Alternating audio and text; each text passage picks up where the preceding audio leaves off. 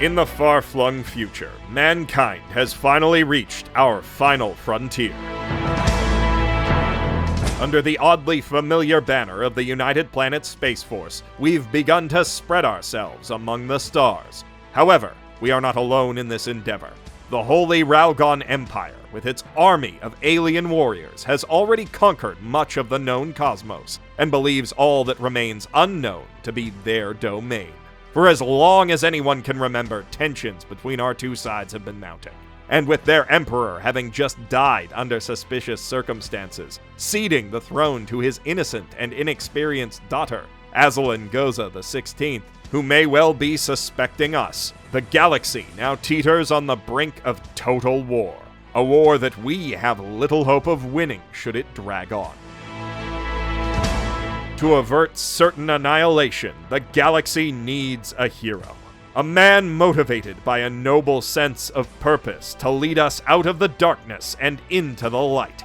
Fortunately for us all, a man has just wandered into the UPSF recruiting office with a motivation as noble as they come.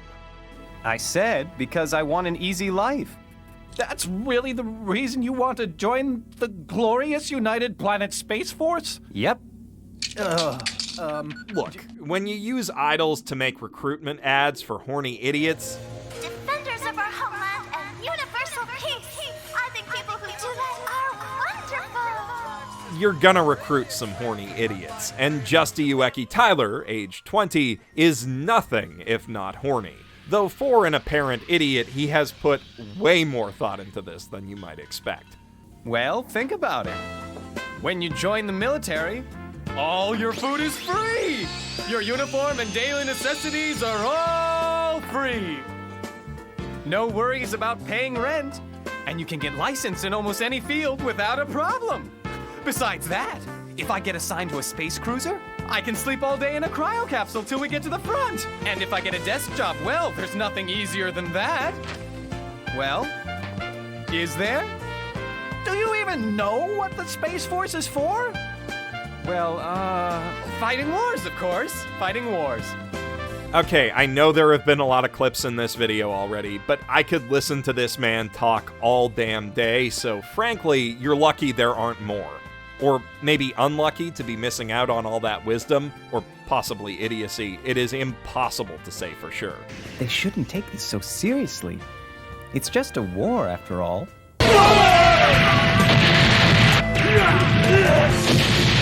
Regardless of what exactly it is, Tylor's attitude isn't exactly typical of your typical soldier. He shows no sense of duty or discipline even after he rises through the ranks to become a ship captain. I mean, it would be pretty weird if he was a responsible captain, given the show's title and all. But no matter how you think he should act, you can't argue with results. And be it through dumb luck or hidden genius, Tylor definitely gets results. Now, where exactly he gets those results from, that's the really interesting question here, and one that few Tylor fans will agree on.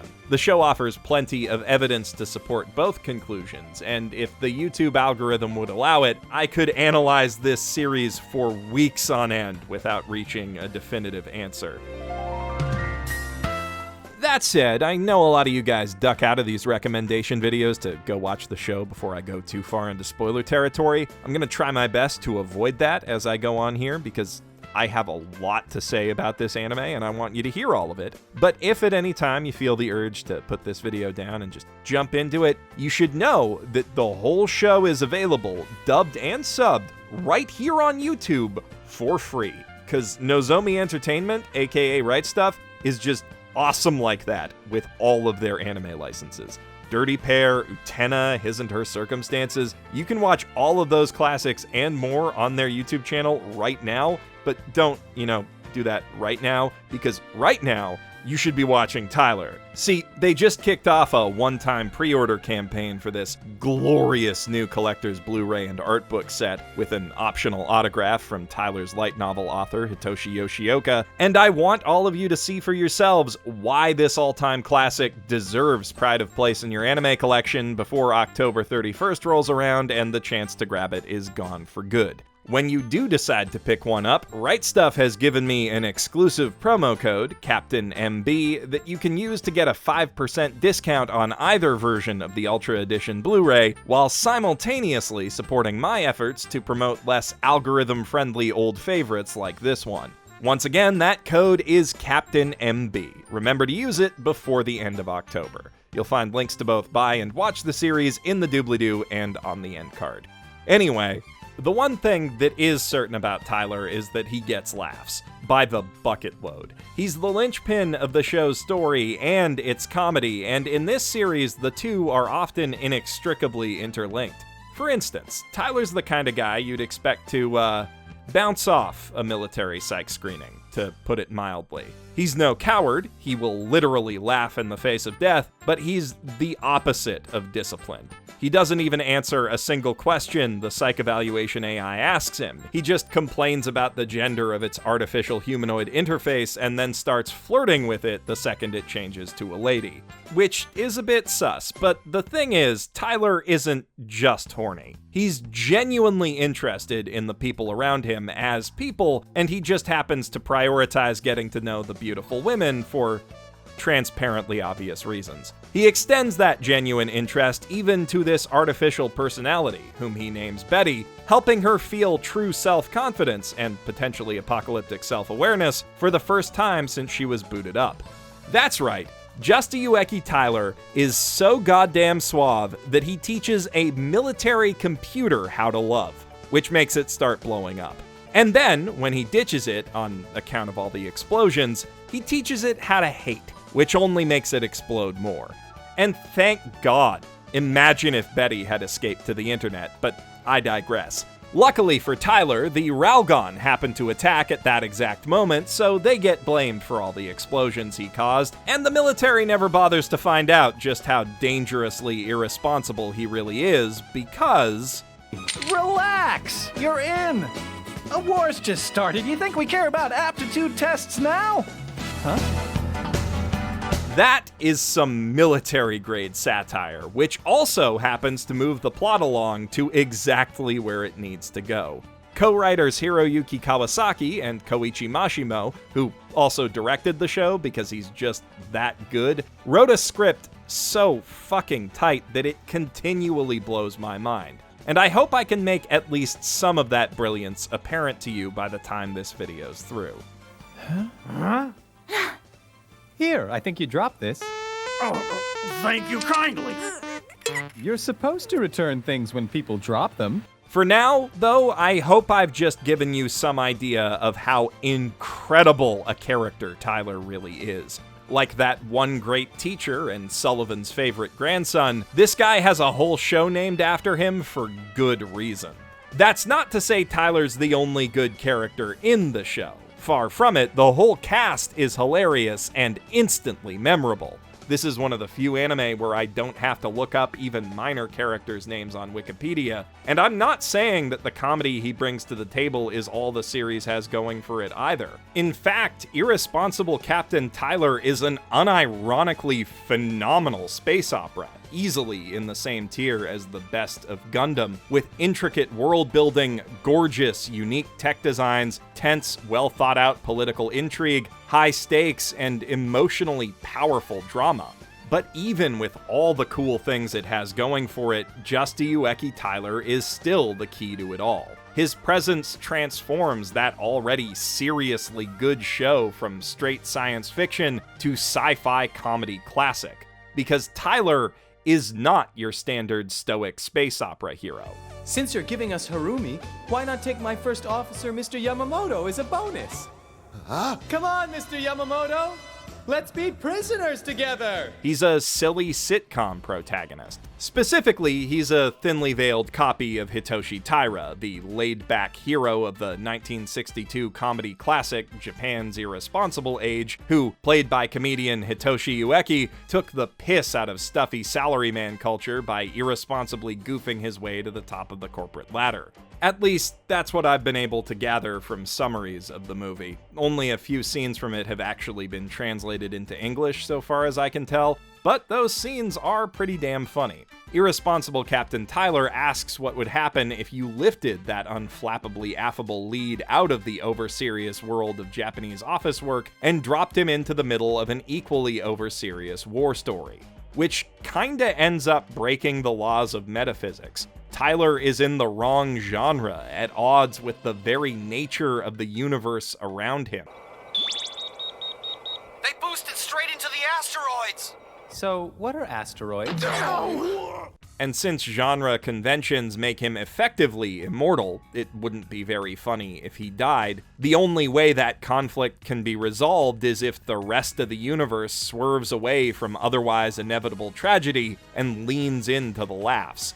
Some parts of that universe take it better than others. In accordance with space opera tradition, there are scheming, power-hungry bureaucrats greasing the wheels of war for their own benefit in both the United Planet Space Force and the Holy Ralgon Empire. Neither side takes kindly to Tylor throwing a monkey wrench into their plans. The covetous Ralgon Prime Minister Wang becomes more and more motivated by a personal grudge against Tylor as the series goes on, fitting comfortably into the role of main antagonist. Meanwhile, the UPSF's very serious leaders, Admiral Mifune and Chief of Staff Fuji, are stuck desperately struggling and repeatedly failing to resist becoming ineffectual sitcom side characters who sit back as the heroes do everything for them. In their minds, they're Churchill and Roosevelt, but in reality, they're more Stadler and Waldorf. You know, pushing yourself can be bad for your health. You really have to think about that at your age, sir.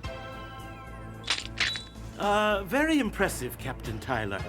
The rage they feel over that fact makes them try many times to get rid of Tylor, but of course that's metaphysically impossible, and when their schemes inevitably blow up in their faces, it only further cements their roles as the series' butt monkeys. Their first scheme to stop Tylor is the most important to the show's plot. He earns a swift promotion to captain by saving a famous retired admiral from Ralgon terrorists, by accident, while delivering a pension check, but the brass aims to undermine that by sidling him with the Soyokaze. A dumping ground for the UPSF military's worst misfits and ruffians, no previous captain on the ship has lasted more than a week, but that's just because she was waiting for Tylor to claim her.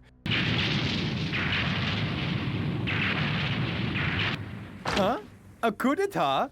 Yes, sir, Captain Tylor. Those absolutely thoughtless and irresponsible orders of yours have driven the veterans to mutiny.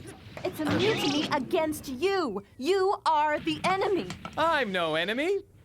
Captain? It's that irresponsible attitude that's caused this! You see, the Soyokaze was already a sitcom set waiting to happen. Its head medic, Dr. Kitaguchi, is an incorrigible alcoholic prone to funny philosophizing. Okay, all disinfected. The Marines manning the ship are a rough and tumble jumble of 80s action movie cliches who don't take kindly to authority and love to fight just for the sake of fighting, mostly taking that out on the ship's one fighter pilot, cocky young gynophobic ace Kojiro, which often leaves the ship in total chaos. The officers on the bridge, while slightly more serious than their underlings, are still slackers compared to the rest of the Space Force, with two exceptions. No matter how much you try, you can't make a fool of the military, Tylor. We're gonna surrender. First Officer Lieutenant Makoto Yamamoto and Commander Yuriko Star are both disciplined, by-the-book soldiers who joined up alongside Tylor, much to their chagrin, and who take it upon themselves to help the Soyokaze course-correct, pushing its captain and crew to be more responsible and take their jobs more seriously. It never works, but it is very funny to watch them try, and it's equally fascinating to watch their characters evolve as a result of that humor. Unlike many comedies, Captain Tylor is never comfortable sticking with its status quo for long. Lieutenant Yamamoto loathes the crew of the Soyokaze at the story's outset, but fighting alongside them, he slowly comes to realize that rigid discipline is just his way of doing things, and that there's value in the variety of approaches the rest of the crew takes to solving problems, which makes him a much more effective and versatile officer and a much more likable person as the series goes on. And he is far from the only character on whom the captain has this effect. with his irresistibly amiable attitude and uncanny ability to turn certain defeat into victory and make it look like an accident, quite possibly because it is, Tylor succeeds where the keener commanders and other captains have failed, eventually uniting the unruly crew under his unconventional leadership. And the bonds between all of them only strengthen with each passing episode. As you watch this anime, the Soyokaze really starts to feel like a home, and her crew like a family. A rowdy family, to be sure, the kind that brawls over bathroom order and gets in spirited arguments about pointless trivia. Hold on! This is my favorite. Hold on! Her sister was a witch, right? And what was her sister? A princess! The Wicked Witch of the East, bro! But a family nonetheless, at least by the standards of a zany situation comedy. They stick by each other, support each other when they're not pissed off at each other, and bounce off of each other in unpredictable and endlessly entertaining ways. While episodes can have very wacky and memorable high concepts, like a spooky ghost story or a trip into Tylor's subconscious, it's ultimately the characters who drive both the comedy and drama in each one. Because there are so many of them and they all play off each other quite effectively in basically any configuration you can think of, the interactions between them never stop being fresh or interesting. Now, even in 26 episodes and 9 OVAs, there's not enough time for all of these characters to get their own moment in the spotlight, but even from the background, the vast majority of the Soyokaze's crew, from rank-and-file soldiers up to officers, manage to project their own distinct personality and depth. And because the character designs are all so unique and so very, very 80s and 90s, and every character has a role to play in the story, those personalities, big and small, tend to stick with you. Aren't you a little old for this? What the? We really wanted you to have them. They're flowers. Me? Yeah, right. Mohawk sportin' Mickey Cryburn and Han Solo looking KB Anderson are the most prominent of the Marines, for instance, and get the most character development. But all of their comrades stand apart, no matter how little speaking time they're actually given. Each one is a cheesy, macho-posturing douchebag, but they represent many different, deliciously entertaining flavors of macho cheese, and their loud Fist of the North Star-ass outfits ensure that you remember each distinct taste. Like Tubby Schlubby Handyman Charlie, or Jason, who is very obviously a walking reference to Ghostface from Scream.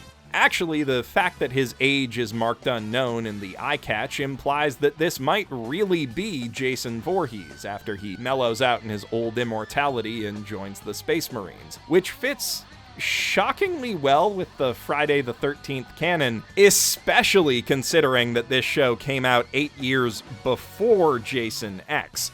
There is no 90s anime more ahead of its time than Captain Tylor. Don't quote me on that, it is definitely not true. In case the leering in the OP didn't give it away, the show can be a bit, crass toward its female cast. It gives an unfortunate pass to catcalling and some other bad behavior from Tylor itself, but that said, all of the ladies do have personalities just as strong as their male crewmates, abilities that make them invaluable to the ship, and a heck of a lot of agency in the story itself. Even flirty comms officer Kim and the cute but irritating Hanner twins, Emmy and Yumi, who seem more like supporting characters at first, end up driving entire episodes on their own. They're the show's B-listers, yet they end up outshining the main girls in most other anime, and the rest do even better. Koichi Mashimo had a long history of shows with strong female leads under his belt by the time he retired in 2012, and even when working with male heroes, that obvious passion of his almost always gave those guys great lady co-stars. Tylor is no exception, and while it predates the codification of waifus as a concept, it nonetheless features 3 absolutely top-tier best girls in Commander Yuriko Star, Nurse Harumi Nakagawa, and Ralgon Empress Azalin Goza the 16th. That offer to hit you is still open, isn't it? Huh? What for? Yuriko fills the role of the show's obligatory tsundere. As a disciplined soldier who takes her rules and regs very seriously, it's only natural that she also takes extreme offense at Tylor's total disregard for those things. Often, she serves as Lieutenant Yamamoto's partner in buzzkilling, which does help the ship's crew shape up enough to see the value of cleaning their rooms, but is otherwise an exercise in futility that wears both of the officious officers down until they eventually loosen up. The 90s proto-tsundere is in full effect here. Yuriko hits Tylor about as often as he hits on her, but to be fair to her, he did give her a pass to smack him as part of a ploy to disarm a depressed terrorist, and he never actually rescinds that permission. He's kinda the embodiment of turn the other cheek, and she gives him plenty of opportunities to practice that philosophy. All in all, though, Yuriko does end up being a good influence on Tylor, pushing him to own some of his responsibilities, if not to the military, then at least to the rest of his crew, in his own irresponsible way. And Tylor is likewise a great influence on her, pushing her to be her own woman and pursue her own happiness instead of just blindly following orders. They make for a great romantic pairing. It's crystal clear why they both need each other, and while Tylor's pretty irresponsible with his words around other girls, he's a man who likes to hand out compliments, Yuriko's the only character he expresses sincere romantic feelings for. He does get pretty darn flirty with Harumi, the Soyokaze's resident hello nurse, but that's only because he's picking up what she's putting down, which is a precision-calculated robot honeypot subroutine. For you see, Harumi is an android spy from the Ralgon Empire. That's not a spoiler, they reveal it in the episode where she's introduced. But Tylor doesn't just flirt with her flippantly. He is, again, genuinely interested in getting to know her, even after he discovers she's a spy. Which may actually be as soon as he meets her, depending on if you subscribe to the Tylor's a genius theory. The way her dual loyalty is revealed to the audience is itself a genius example of how the show blends comedy and storytelling. When Harumi first joins the Soyokaze's crew, Tylor decides to welcome her with a one-man surprise party in his quarters where he spooks her into pulling her gun and diving for cover with a party popper. After that misunderstanding's cleared up, he notes that she moved more like a lady spy than a doctor, which may just be a completely offhand comment from an idiot who watches too many movies, but could be a lot more. I digress though. What's really important here is that Tylor never regards her as anything less than a friend. Unit Harumi isn't used to being treated like a human being, on account of how she's only ever known life as a woman in the military, but she finds that she likes it. And it's not long before she starts discovering other odd emotions that she's never felt before. Maybe you just had a little too much to drink, Harumi. I think you should try to calm down. I can't calm down. I've never had feelings like this before. What would a human woman do? What should I do? Please, Captain Tylor, tell me. How do I know for sure it's love? How do I be a real woman? Yeah, you heard that right. Tylor makes not one, but two military AIs who were not programmed to feel love fall in love with him, thereby helping them achieve sentience. Not even Anos Voldigode himself is that smooth, and that's just Tylor warming up. When his Alpha Simp engine is fully engaged, the captain is quite possibly powerful enough to usher in a new era of interstellar peace.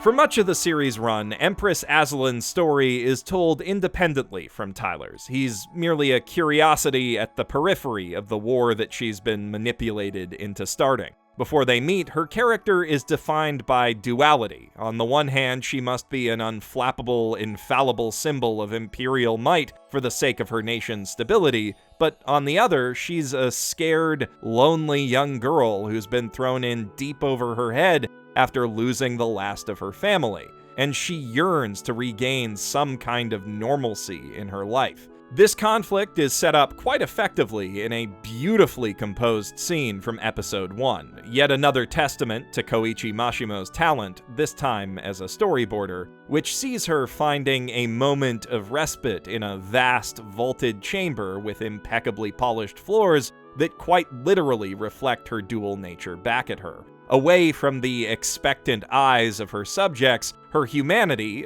Ralgonity, wins out, and she breaks down crying, only to be caught with her guard down by one of her Imperial guards, Ship Captain Rubaraba Dome. Luckily for her and the rest of the galaxy in the long term, Dome is also a man of dual natures, with a calculating mind balanced against a truly kind heart. And he reassures her that there's no shame in her grief. That, in fact, he's relieved to see that she still has such a gentle, caring side to her, even after the Prime Minister has lit the flames of vengeance in her heart. From here, he becomes her confidant, and eventually her point of connection to Tylor, as he's the only Ralgon soldier who really recognizes the captain's capabilities, and the closest thing their side has to a match for him. I believe that in war, good fortune is most important. Well then, I wish you good fortune.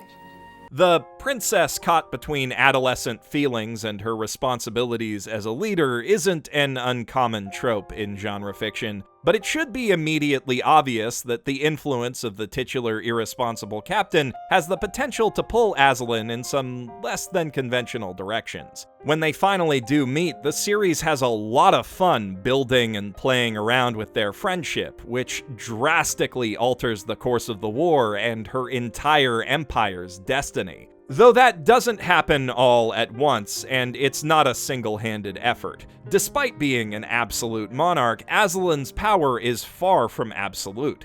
She's not just a figurehead, her words and especially orders carry a lot of weight, but that power comes from her people's unshaken belief in the Empire's military supremacy, and she can't exactly push for peace without undermining millennia of propaganda. Especially not with the influential Prime Minister Wang constantly pushing for further armed escalation. The Irresponsible Captain Tylor paints its war as a story of well-meaning individuals on both sides caught up in cultural currents far greater than themselves, which are being manipulated by less well-intentioned individuals to their own end. They all try to live the only lives they'll get as best they can in accordance with their own wishes, while also doing what little they can to help push that tide toward a better, more peaceful tomorrow. Which sure is a mood in 2020. The Ralgon side of that story is every bit as complicated and intriguing as its human element, and there are some fascinating characters in the Empire besides the ones I've already mentioned. A few fleet commanders take the role of stereotypical space opera villains, and it's fun to see them get their comeuppance. But then we've got more complicated characters, like Commander Shia Haas, a proud warrior with a noble soul that's only somewhat twisted by how blindly she buys into her own army's hype. Do you really believe your own hype that much? I am the hype! She's kinda the Yamamoto to Captain Dome's Tylor, and in the first two OVA episodes, which together function as a feature-length epilogue to the main series, she has some very fun interactions with her human counterpart. I highly recommend checking out that OVA once you're done watching the main series, but I'm not so hot on the other 8 episodes. They represent a substantial stylistic and tonal shift from the TV anime, finding limited success in their attempts to merge its divergent story back into the original light novel canon. In the process, they undo what was a very satisfying conclusion, only to leave us on a pretty empty cliffhanger. Though as a point in their favor, they do make very interesting use of the OVA format's potential for nonlinear storytelling. Each OVA is a concurrent side story that focuses on one of the characters from the main series, using their unique perspectives as an excuse to explore almost wholly different subgenres of sci-fi. Angsty teenage Aslan, for instance, gets swept up in a romantically tinged tale of nostalgia for a simpler time, while the Soyokaze's gynophobic ace fighter pilot, Samurai Kojiro, gets to do his own take on Top Gun that is every bit as gloriously gay as the Tom Cruise original. Yuriko and Yamamoto get to go on their own adventure too, which takes on an almost spy thriller vibe without Tylor there to goof it all up. Which brings us to the most obvious downside to this approach. These OVAs end up being tragically Tylor deficient. Even the finale treats him more like a member of the ensemble than the protagonist he is, and that just feels like a waste. All of that excess Tylor ends up being crammed into a single OVA, episode 6, which I think is the best of the bunch, but even that falls short of its comedic potential by isolating the captain from his supporting cast for much of its run. My gripes with these OVAs aside, the fact that they can make this concept work at all is a real testament to just how well the main series develops its cast. Most of the characters are interesting enough to carry whole episodic storylines on their own, and many of them do over the course of the series without it ever feeling like filler. You would think that an episode about the twins pestering Kojiro to teach them how to fly would just be a setup for some funny gags, and it is that, but it also substantially alters the Soyokaze's status quo. That the irresponsible Captain Tylor is able to maintain that sense of constant character growth and narrative momentum, even in its most eccentric episodic asides, is one of the series' greatest strengths.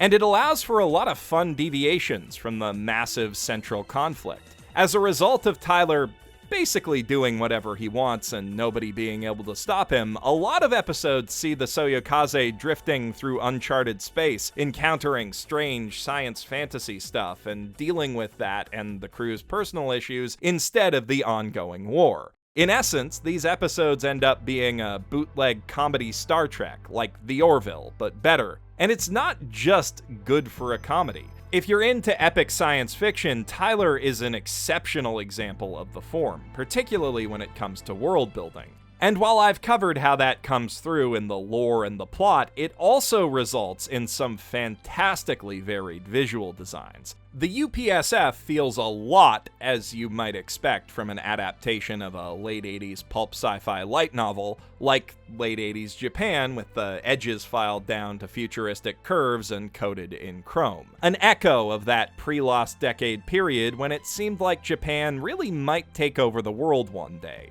Which isn't the most pleasant idea, but I'd take it over the US and China-dominated futures of most Western sci-fi any day of the week. Their tech reflects that sensibility too, with ship designs clearly inspired by space battleship Yamato and mecha that draw heavily on the real robot movement. And out of their whole fleet, the Soyokaze is again another world unto itself. The lived-in reality hidden behind the polished illusion of discipline the UPSF projects. It's a space shaped more by the individuals who share it than the regulations that are supposed to govern it, and as such, it can tell us as much about those characters as the other spaces out in space do about the societies they house.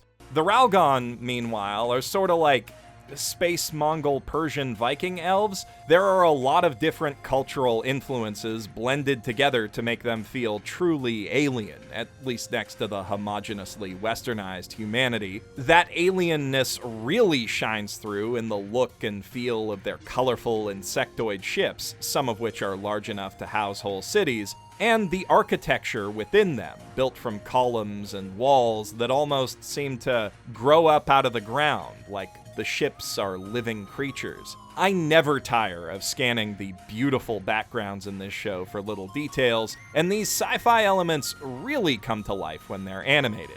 From the oddly organic interfaces and guns of the Ralgon arsenal, to the slick, shiny, and efficient tech of the United Planet's main fleet, to the rusty, musty, creaking old components of the Soyokaze, this series' technical animations are endlessly impressive.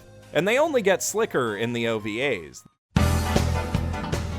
The Top Gun knockoff's a particular standout for how its ships and environments practically leap off the screen. Also, it features several convincing depth of field effects, which are pretty rare to see in analog anime. I think I'm doing Tylor a disservice by pointing to individual standout examples of animation, though, because its production values are really excellent across the board. It ranks alongside Nichijou, Space Dandy, and Mob Psycho 100 as one of the most gorgeous, sakuga-packed anime comedies out there. All the more impressive considering that it was all done by hand. But that's just what happens when every single person who works on an anime is passionate about the project and gives it their all. And since we're already going old school with this whole video, I may as well go old school Mother's Basement to demonstrate that passion to you.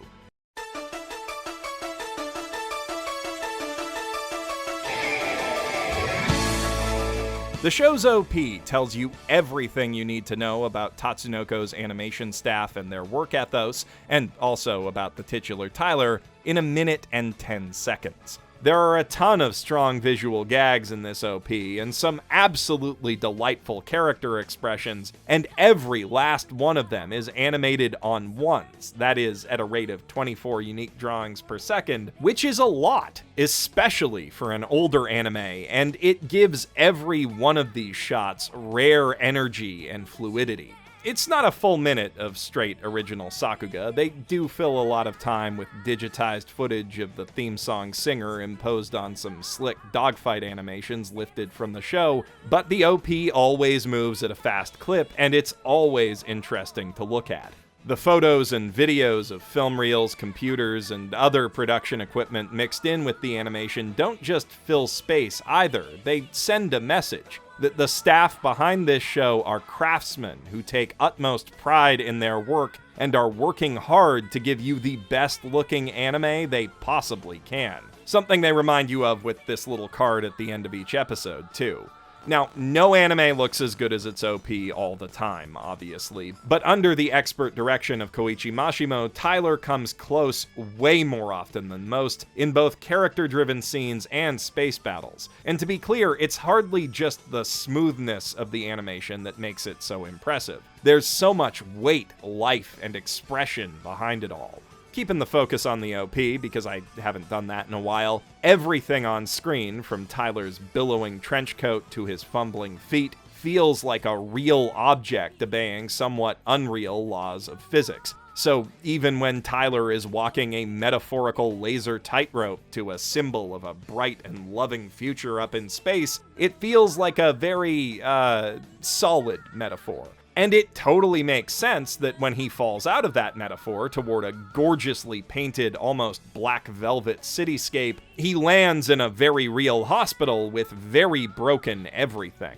Both up on the roof and when he's down there, you can tell so much about his character just from the way he swaggers about and approaches things. Also from all the time he spends leering at the nurses. This is a comedy anime from the 90s, but if you can look past however you may feel about those kinds of jokes, you'll see that the actual leering animation has more effort put into it than entire scenes from other shows. You can tell exactly what Tylor's thinking through every frame of him squirming around in his wheelchair, and the way he keeps stumbling on the overcomplicated future treadmill every time he tries to peek in rehab is just hilarious. And the way that he streaks out of the hospital, literally, once he's recovered, beautifully encapsulates his free-spirited, irresponsible nature, unquenchable optimism, and casual disregard for common sense and sometimes decency.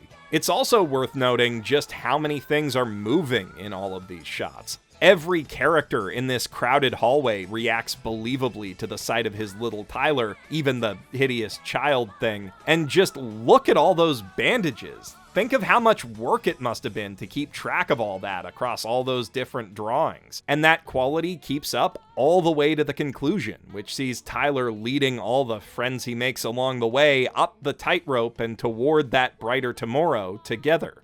This opening is a mission statement for the series in every sense. It captures the essential elements of the show's central character, shows us how he'll go on to reshape its world, and affirms the staff's commitment to giving your eyes something to feast on at every turn. Not to mention your ears. Kenji Kawai of Mob Psycho 100 and Ghost in the Shell fame did the soundtrack for this show too, and it's as phenomenal as his work always is, particularly his use of classical music in key moments. Yet, I could scarcely find time to mention him in this video because I was so busy talking about everything else that's great about Captain Tylor, which is basically everything about it.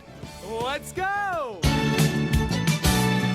Even Right Stuff's translation of the series is on a whole other level from most other dubs. Irresponsible Captain Tylor is their CEO, Sean Kleckner's favorite anime ever, and the dude used all the clout and resources at his disposal basically the same way I would if I got a chance to license recreators, or any of you would for a personal unreleased fave.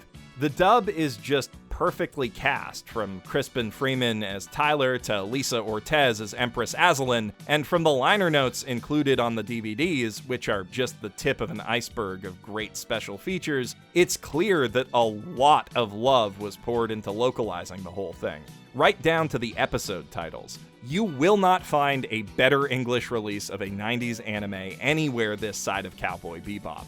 Though there is a lot of really clever Japanese wordplay that is simply impossible to translate in the original version, so I'd personally recommend watching the series through twice, dubbed and subbed, just to appreciate the artistry behind both versions. Believe me, there is plenty to pick up on your second or even fifth time watching this show to make those rewatches interesting. I don't know what else I can say. I mean, I want to say a lot. I typed up a whole load of scene analyses that I had to cut because I felt they were too spoilery. Just the question of whether Tylor is a genius or a moron is endlessly fascinating to unpack in itself, but I can't really talk about any of that with you guys until you've watched the anime, so please go do that now. Captain's orders. Also, when you're finished watching it and ready to buy that Blu-ray, make sure you remember the discount code CaptainMB. I'm Geoff Thew, irresponsible shitbag, signing out from my mother's basement.